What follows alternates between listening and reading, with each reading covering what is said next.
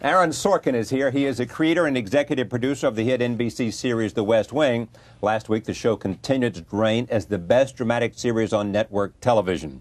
It won the Emmy for Best Drama for the third year in a row. On Wednesday, 18 million viewers tuned in to watch the 2-hour season premiere. I am pleased to have Aaron Sorkin back at this table. Welcome back. Nice to have you. I mean, nice to have you for a one-on-one, because the last time you were here, yeah, it was a big crowd. It was a big crowd. We had most of the cast, right? And so here's what somebody said: the best thing about the new season, it is no longer last season. Yeah, I said that. Yeah. Yeah. Among the lesser casualties of 9/11 was that a few weeks after 9/11. I think that we wanted a diversion. We wanted to laugh. I think that a series like Friends couldn't have had its best season at a better time. Right. But what we weren't ready for were fictional heroes. Our hearts were completely with the real ones. Yeah. And particularly a fictional president of the United States. When the real president of the United States was embodying everything that we were feeling, the anger. American anger, American will, exactly American right. Everything. And from week to week, you felt like you were writing the show handcuffed a little bit. I didn't know how to write it anymore. It was a constant search for what I wasn't doing that used to make the show work. And I'm very proud of everybody that I work with. We stuck together and we saw it through, and came back to work after the hiatus and didn't feel any of that. Just felt the normal week-to-week pressure of trying to write well.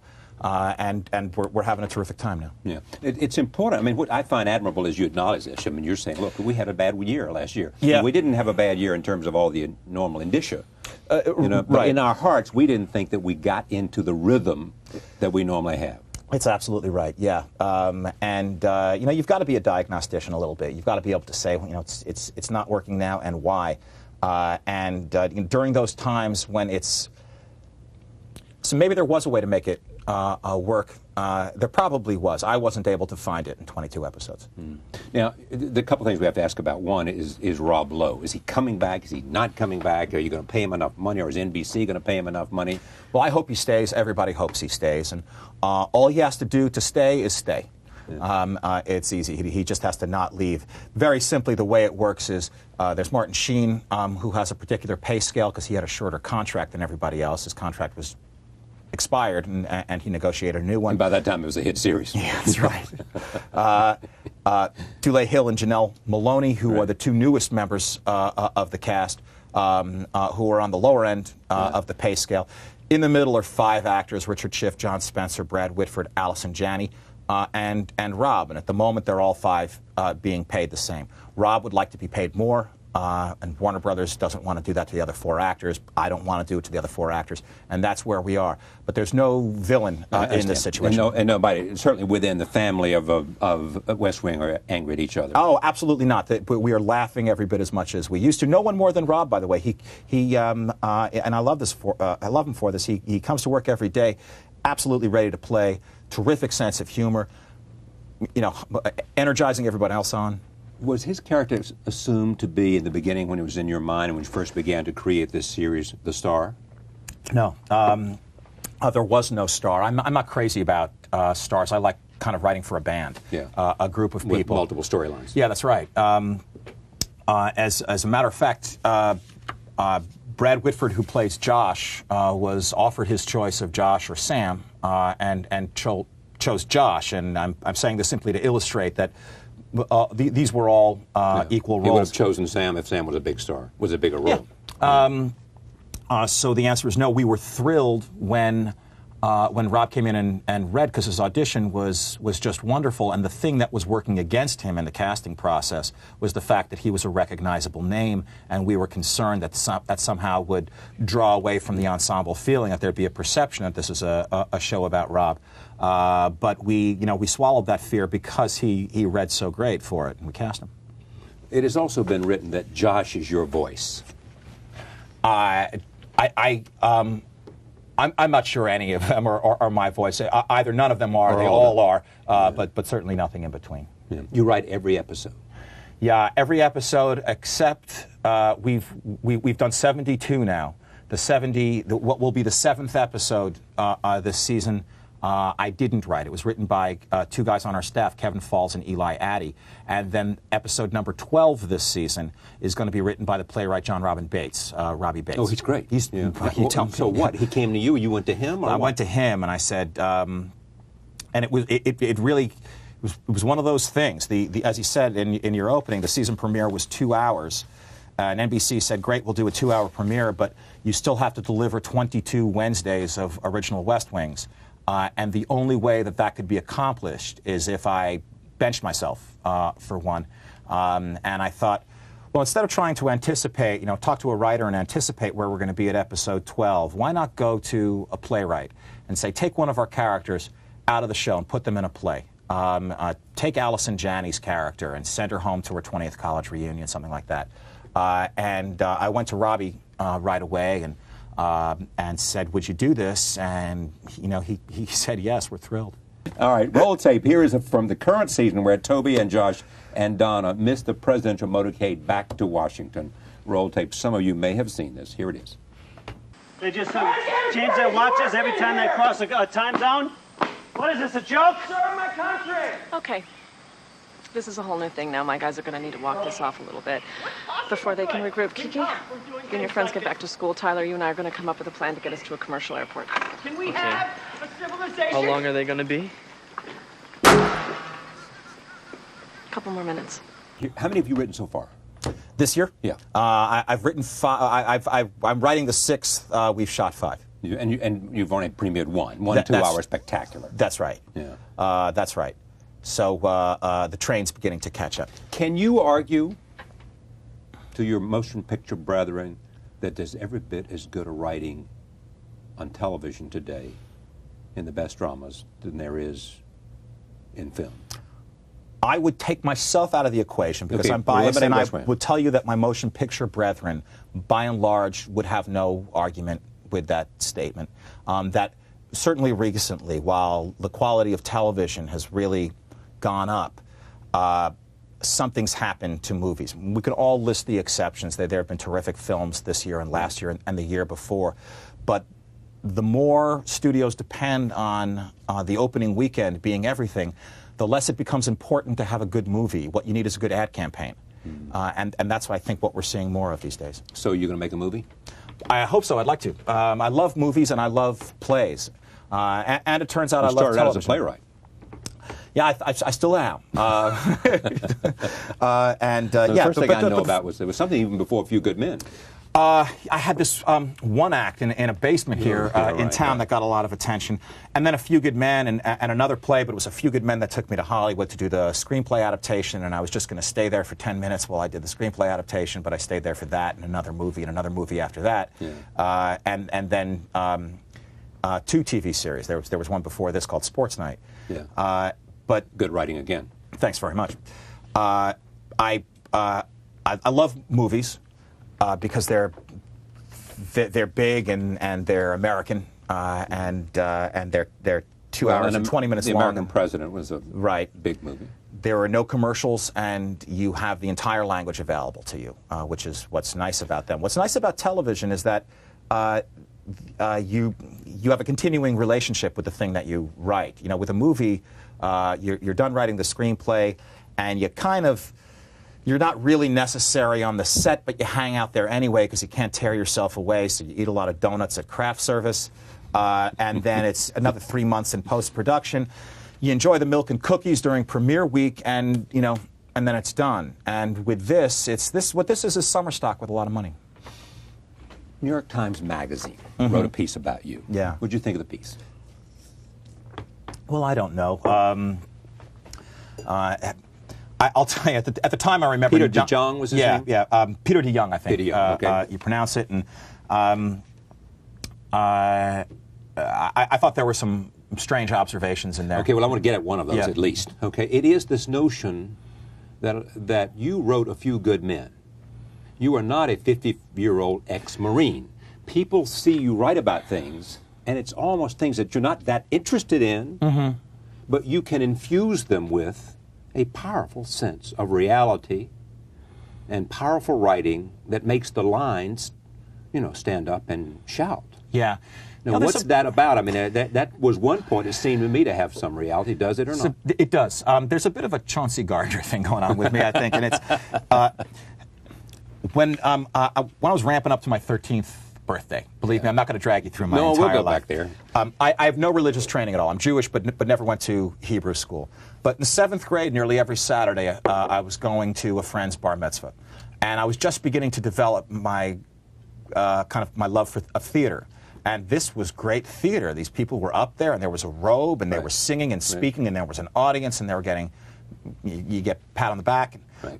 So it's about 6 weeks before my birthday, where there was just going to be a big, the boys in my family had big parties on their 13th birthday.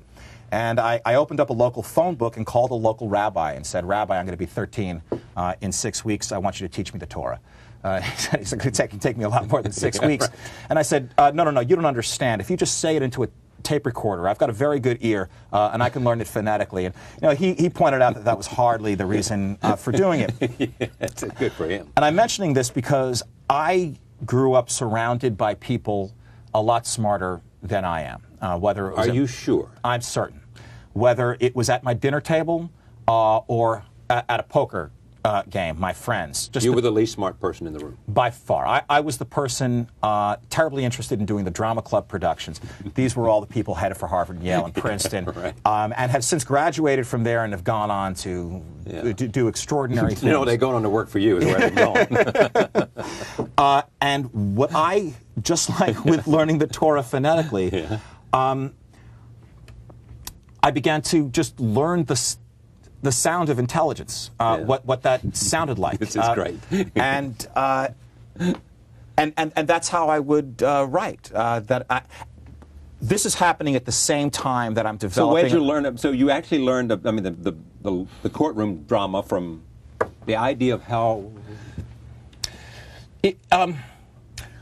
With the courtroom drama with A Few Good Men, I had a small window in. My sister at the time was a lawyer with the Navy Judge Advocate General's Corps.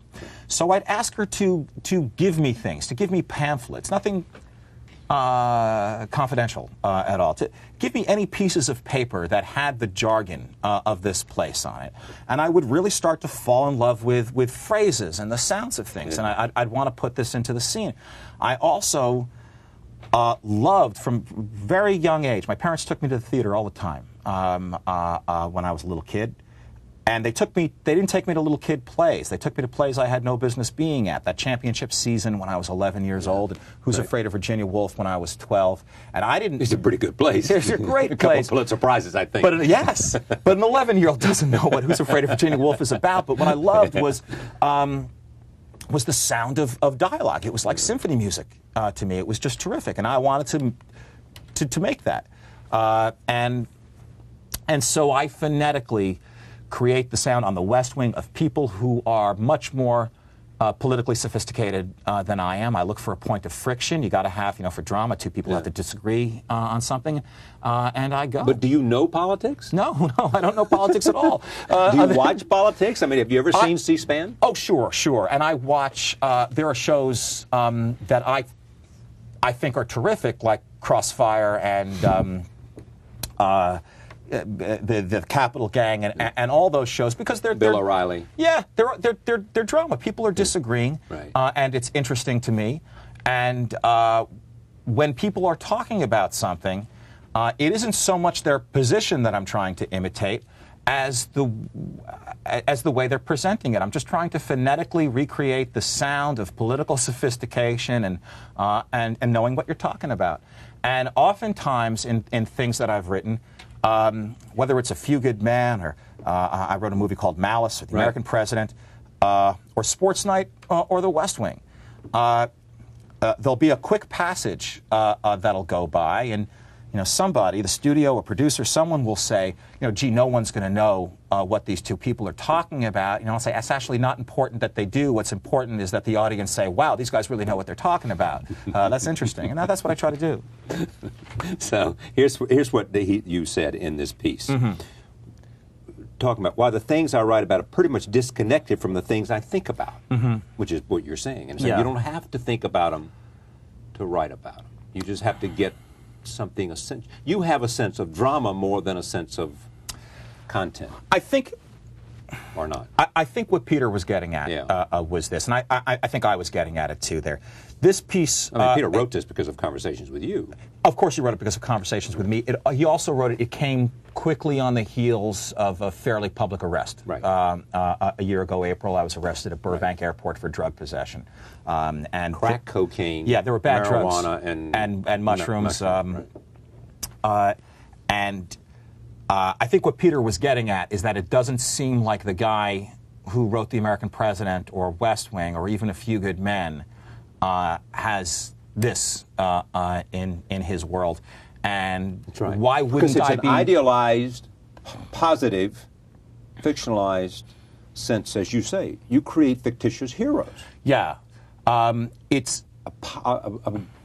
I'd like to write very romantically, right. very idealistically. And here's a guy who's stupid enough to try to go through an airport. Yeah, well, forget about just the stupidity system. of trying to go through an airport system. Who was using this drug in the first place? So, but, and what Peter was saying was, gee, why not write about that? Yeah. It seems to me there's something going on a dark place more within dramatic you. Why don't you write about that? Than I Love America. Yeah. And I don't know what the answer to it is. Oh, come on. No, I honestly don't. And I'm not being coy. You don't know. I think about it all the time. And what conclusions do you reach? The conclusion that I reach is I love writing this.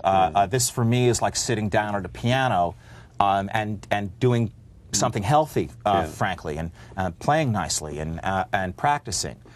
Are you through with drugs or not? Because you literally seem to say drugs helped you. Are you through or not? I am. I mean, I haven't taken any drugs since my arrest last April. And how hard is that for you? There are times it's harder than others. And there have been times you get to the precipice. I'll tell you what's made it a lot easier since April is I've had what's called institutional sobriety.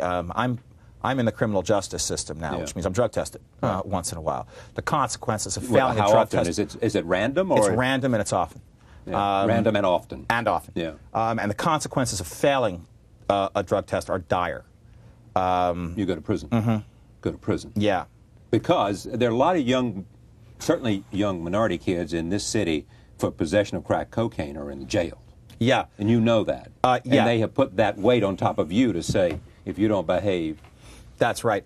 It's worth mentioning, by the way, since you talked about minorities, that truly I'm not complaining on my behalf. I'm white. Right. But the mandatory sentencing for crack cocaine is considerably more severe than the mandatory sentencing for powder cocaine. Yeah. The reason being that I think 70% of all drug users are white. About 80% of all crack users are black. That's why I made that point. Yeah.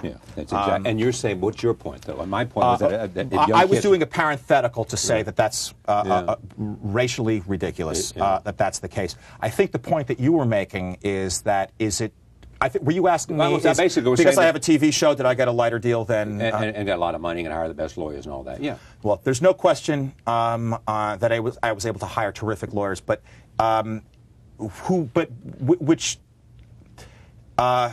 I was sentenced to was called diversion, which means you're on probation for 2 years, and you have to put in a certain number of hours every week with a drug counselor in a group setting.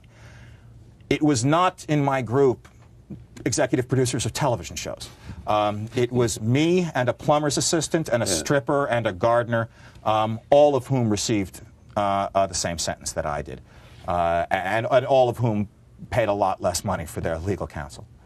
You're a hell of a writer. I mean, it's just I got to believe that out of all these experiences, something, and it's fair to say, look, maybe I'll get to it. I hope I will, because I've got time, and writing is not easy. I've never met the person who said to me, writing is easy, go try it. Especially if you do it at the level that you do it. So, we hope you'll do that. Let me just come to the other thing about you got in trouble about some stuff you seem to be saying about Bush. Now, what was that about? Silly is what it was. On your part, or on the people who came up to criticize you? I think the people who kind of made a Megillah out of it. I was interviewed by David Remnick. New Yorker magazine. Yeah, exactly right. In front of a small group of people, there was a Q&A, and right before the Q&A started, we were just chatting about something, and I remarked that I thought it was terrific that this was, I can't remember when it was in early spring, I think, of last year, so it's maybe 5-6 months after 9/11. Yeah. And I remarked that I thought it was terrific that people were laying off the knucklehead jokes a little bit with Bush, that we just weren't doing that, and that was appropriate. Because he'd handled himself well following 9/11. Because we were all in this place in 9/11, it just wasn't right to be talking this way about our president. But that I was concerned that legitimate news outlets, like the New York Times and others, and many, many others, were seeing something I wasn't seeing. They were talking about how he had been transformed on 9/11, that he rose to the occasion, he was a new man, and I wasn't seeing that, and I thought we were being snookered somehow. By the media. By the media. This had nothing to do with President Bush. And David said, "Great, let's talk about that when we're up there." And we did, and that interview was sort of allowed to be a part of it was on the record. The Talk of the Town piece. Yeah. And then, frankly, the biggest trouble that I got in was one of the examples that I cited was Tom Brokaw. NBC News and Tom Brokaw had done a day in the life of the real West Wing, which began with Tom Brokaw telling us, now the president's schedule has been kind of pumped up for this event. Yeah, so he acknowledged that was true. Yeah. I mean, and I simply acknowledged his acknowledgement. Oh, I thought you said that, look what they do, they pump it up and without giving credit to NBC for saying it beforehand. I frankly can't remember what the quote is. I may not have given credit to NBC for having said it. What I said was his schedule was pumped up for the benefit of NBC. NBC and Tom Brokaw allowed that. Allowed it, right. And I certainly, obviously, I have all the respect in the world for Tom Brokaw and NBC News. Even if I didn't, which I do, I wouldn't say that I didn't because I work for NBC too. I hope you called up Tom and apologized. I did call up Tom and apologize, and he was a great sport about it, and called up Jeff Zucker and apologized.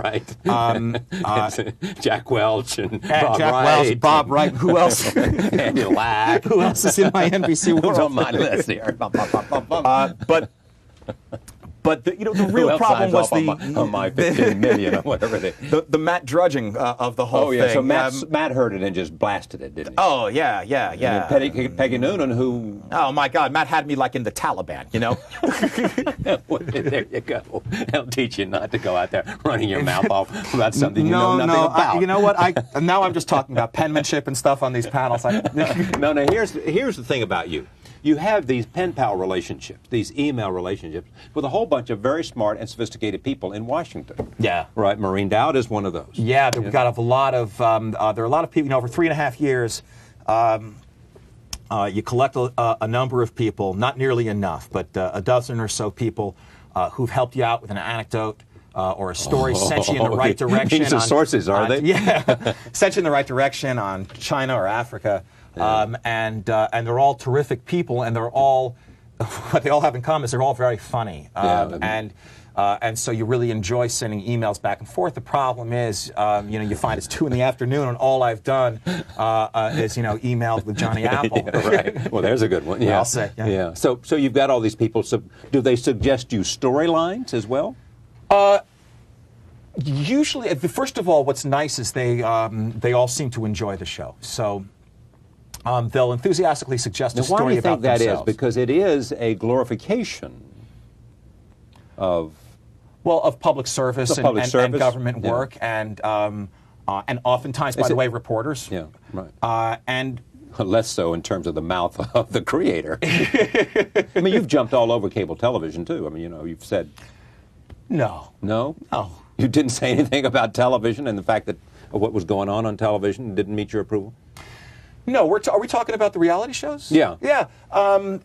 First of all, it's not important that things meet my approval. I wasn't suggesting it was, but I sat on this past weekend was the New Yorker Festival. Again, right. Same one you got in trouble with last time, probably. Yeah. Did they do another interview with you? This time I sat on a panel called... Was Matt Drudge there? called What You Can't Say on TV, Censorship in Television. And we'd gotten to the end of the panel, and I had just mentioned that there really hadn't been time to talk about the biggest problem, which is not censorship by the networks or the FCC, broadcast standards and practices. It's self-censorship that I feel that so many of the shows like Celebrity Boxing and these reality shows where fundamentally people are getting paid to humiliate themselves for our entertainment was so much worse than bad language and nudity in terms of a corrosive effect on society. I could not agree more. I'm glad to hear you say so. And that's what I was saying. But, you know, I love everybody. I'm really not a troublemaker. I'm sitting in my room and I'm doing my thing. Well, the problem is we can't let you out in public. And that really is the problem. I'm telling you, it and really, we can't let you travel, and we can't let you out in public. No, I can't go to airports anymore. It really is the thing, and I'm fine. If I'm living in a fictional world that I've created. Yes, but that's once true. I have to put my socks on, something... Exactly. Once you start writing and talking about things you know something. Do you think of yourself as making a movie? We do every week. We're making a 41-minute movie every week for about $2.5 million. And what else are you going to do? You may make a movie, and you just told me when we were talking about. Yeah, you asked me. Let me put eager to get back to the popcorn and the movies. When I say eager, I'm not at all eager to leave the West Wing. I love. But if you leave when you're doing so much, what happens to this baby? Oh, what happens is a real writer comes in and starts writing it. You can see what the show really can be. And we'll give credit to him, won't we? Yeah, that's right. We'll make sure that he's mentioned when we accept awards, won't we? Yes, we will. I've accepted a commission from the Abbey Theatre in Dublin for the 2004-2005 season to write a play. This is great. Yeah, it's going to be really exciting. When will we get started on this? Well, I should start pretty soon. Yes, you should. No, I mean, does that sit up in the 2004? 2004-2005 seasons, 2 years from now, 3 years from now, I guess. Things are going well. It's terrific, yeah. Right. Great to have you here. Thanks for having me here. Thanks. Aaron Sorkin of The West Wing, executive producer, creator, a writer. When are you on Wednesday night? Wednesday nights at 9 o'clock on NBC. NBC. If it's not there, go to CBS. Wednesday night at 9 o'clock on NBC. The Emmy Award-winning West Wing. Thank you for joining us. We'll see you next time. He comes to work every day, absolutely ready to play, terrific sense of humor, you know, energizing everybody else on. Was his character assumed to be, in the beginning, when it was in your mind and when you first began to create this series, the star? No. There was no star. I'm not crazy about stars. I like kind of writing for a band, a group of people. With multiple storylines. Yeah, that's right. As a matter of fact, Brad Whitford, who plays Josh, was offered his choice of Josh or Sam, and chose Josh. And I'm saying this simply to illustrate that these were all equal roles. He would have chosen Sam if Sam was a big star, was a bigger role. Yeah. So the answer is no. We were thrilled when Rob came in, and there's Martin Sheen, who has a particular pay scale because he had a shorter contract than everybody else. His contract was expired, and he negotiated a new one. And by that time, it was a hit series. Yeah, that's right. Dule Hill and Janelle Maloney, who are the two newest members of the cast, who are on the lower end of the pay scale. In the middle are 5 actors: Richard Schiff, John Spencer, Brad Whitford, Allison Janney, and Rob. And at the moment, they're all 5 being paid the same. Rob would like to be paid more. And Warner Brothers doesn't want to do that to the other 4 actors. I don't want to do it to the other 4 actors. And that's where we are. But there's no villain in this situation. And nobody, certainly within the family of West Wing, are angry at each other. Oh, absolutely not. But we are laughing every bit as much as we used to. No one more than Rob, by the way. And I love this. I love him for it. Aaron Sorkin is here. He is a creator and executive producer of the hit NBC series The West Wing. Last week, the show continued its reign as the best dramatic series on network television. It won the Emmy for Best Drama for the 3rd year in a row. On Wednesday, 18 million viewers tuned in to watch the 2-hour season premiere. I am pleased to have Aaron Sorkin back at this table. Welcome back. Nice to have you here. I mean, nice to have you for a one-on-one, because the last time you were here, yeah, it was a big crowd. It was a big crowd. Cast. We had most of the cast, right? And So here's what somebody said. The best thing about the new season, it is no longer last season. Yeah, I said that. Yeah. Yeah.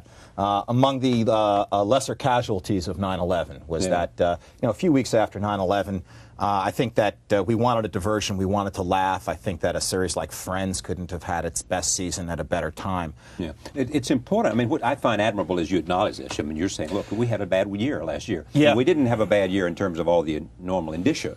But right. in our hearts, we didn't think that we got into the rhythm that we normally have.